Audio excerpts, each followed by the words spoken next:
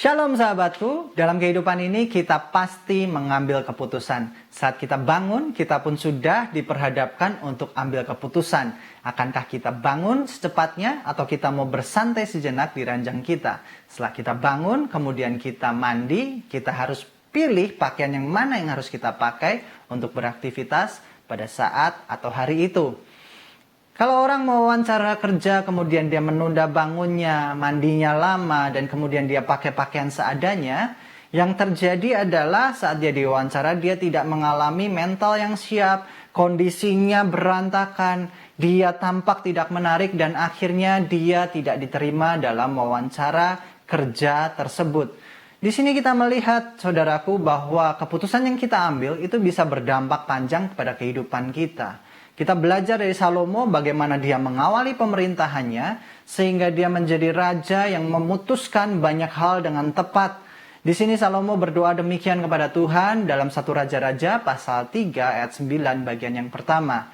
Maka berikanlah kepada hambamu ini hati yang faham untuk menimbang perkara untuk menghakimi umatmu.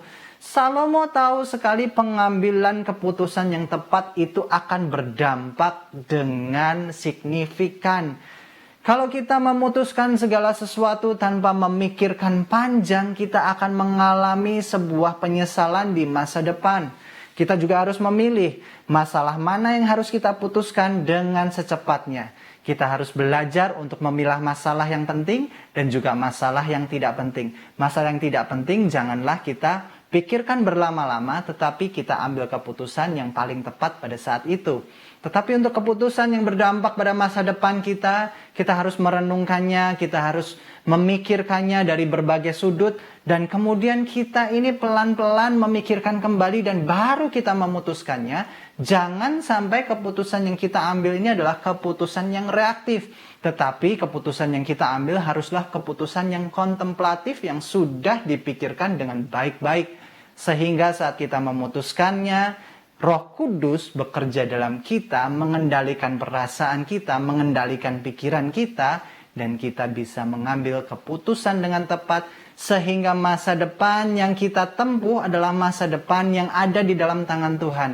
Jangan sampai kita ini reaktif memutuskan masalah dalam emosi, dalam situasi yang terburu-buru, sehingga kita menyesal di kemudian hari. Saat pengambilan keputusan, pikirkanlah dengan baik-baik situasi kondisinya, dan jangan sampai kita memutuskan dengan tergesa-gesa.